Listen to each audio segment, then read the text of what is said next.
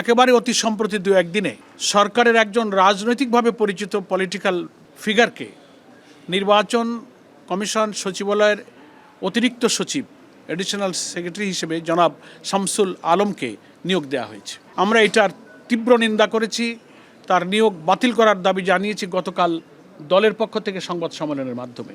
আজকের চিঠিতে যে দুটি গুরুত্বপূর্ণ বিষয়, তার এটা অন্যতম গুরুত্বপূর্ণ বিষয়। আমরা বলেছি বাংলাদেশের সংবিধান অনুযায়ী এটা একটা সাংবিধানিক প্রতিষ্ঠান। ইলেকশন কমিশন একটা কনস্টিটিউশনাল বডি। এখানে কোনো পলিটিক্যাল ব্যক্তির নিয়োগ যে কোনো নির্বাচনকে নিরপেক্ষ করার ব্যাপারে অন্তরায় এবং বাধা। এবং জনাব শামসুল আলম সাহেব বিএনপির স্থায়ী কমিটির সদস্য, সিনিয়র নেতা, আমাদের রাজনৈতিক সহকর্মী এবং সিনিয়র নেতা জনাব নজরুল ইসলাম খানের নেতৃত্বে গঠিত বিএনপির নির্বাচনী আসন পুনর্বিন্যাস একটা কমিটি আছে, সেই কমিটির সদস্য হিসেবে তিনি দায়িত্ব পালন করেছেন। এবং আজকের আলোচনায় যখন আমরা এই অভিযোগটা করেছি, বাইদি ভাই কথার মাধ্যমে আমরা এটা জেনেছি যে সেই কমিটির দায়িত্ব পালনের প্রয়োজনেই তিনি এই ইলেকশন কমিশন অফিসেও একবার এসেছেন।